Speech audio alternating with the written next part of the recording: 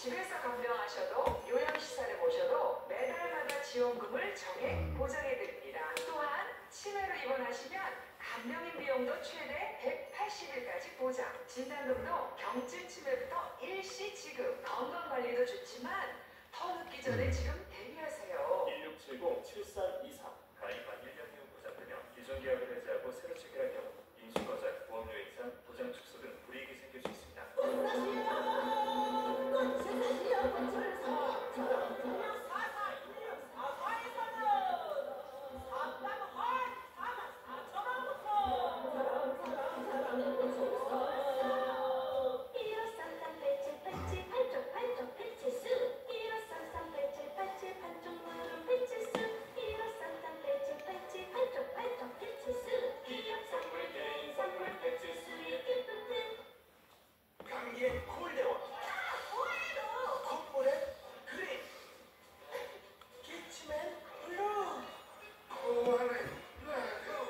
증상별로 색다르게 콜데오.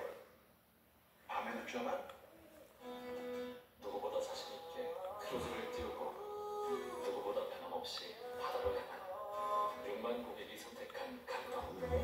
크루즈를 향해 당신을 향해 크루즈는 역시 롯데관광. 무거운 아침, 불편한 하루, 변비, 오늘 밤 매기, 세약성분으로 부드럽게, 야약성분으로 빠르게, 유쾌, 상쾌, 통쾌, 변비엔 매기. 시청자 여러분 안녕하십니까? 화요일 아침 뉴스타트 2부 시작합니다. 먼저 오늘 아침 주요 뉴스입니다. 윤석열 대통령에 대한 2차 체포영장이 이번 주 중에 집행될 것으로 관측됩니다.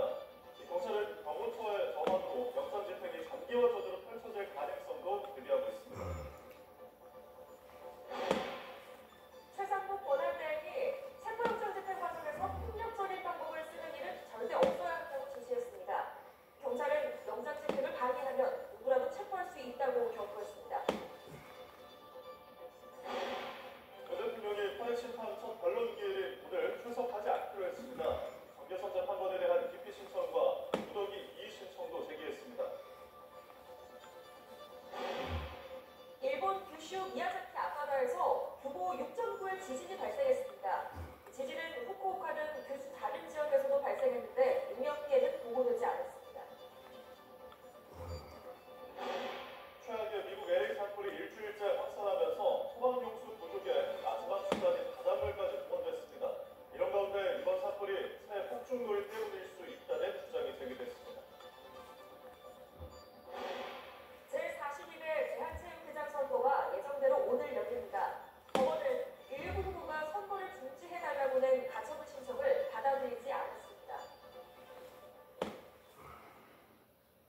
공정수사본부가 이번 주 중 윤석열 대통령에 대한 체포영장을 다시 집행할 것으로 보입니다. 대통령 경호처와 국방부를 상대로 압박과 회유를 하며 물리적 충돌을 막기 위한 막바지 준비의 한정입니다. 현장 취재 기자 연결합니다. 신주원 기자. 네, 고위공직자 범죄사처입니다. 수사가 언제쯤 2차 집행에 나설 것으로 보입니까?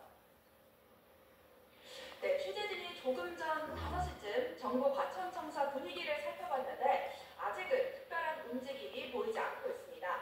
다만 언제든 윤석열 대통령에 대한 2차 체포 시도가 단행될 수 있는 만큼 긴장감이 흐르고 있습니다.